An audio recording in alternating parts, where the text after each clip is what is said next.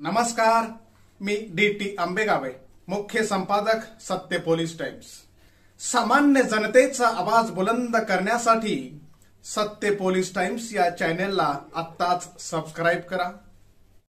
खऱ्या अर्थाने आमच्यासाठी सत्ता हे साध्य नसून आमच्या मते जनतेसाठी जनसेवेचं साधन आहे। सत्ता हे जनसेवेचं साधन आहे। अशा प्रकारचं काम आम्ही केलं, कारण मला काय मिळालं यापेक्षा महाराष्ट्रातल्या जनतेला काय मिळणार, काय मिळालं, पुढे काय मिळणार, ही भावना मनामध्ये ठेवून आम्ही काम केलं आणि ही भावना मनामध्ये ठेवून आम्ही सरकार देखील स्थापन केलं।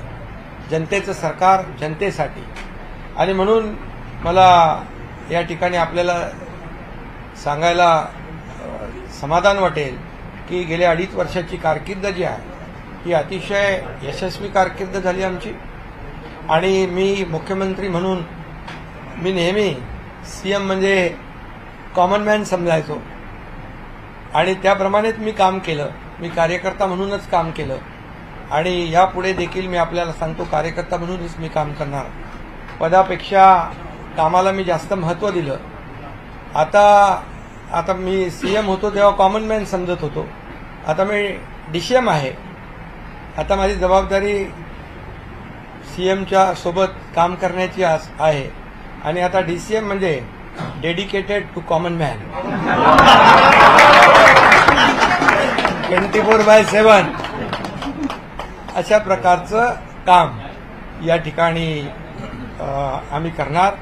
एक टीम म्हणून काम करणार आणि आपल्याला मी सांगतो, जसं मला मुख्यमंत्री कार्यकाळात जसं देवेंद्रजींनी आणि अजितदादांनी मदत केली, सहकार्य दिलं, तसंच आता मी उपमुख्यमंत्री म्हणून त्यांना पूर्ण सहकार्य, पूर्ण पाठिंबा आणि या राज्याला पुढे नेण्यासाठी जी काही मेहनत करायची आहे त्या मेहनतीमध्ये आम्ही कुठेही कमी पडणार नाही। आणि तुम्हाला कोणी सांगितलं नाराज होतो?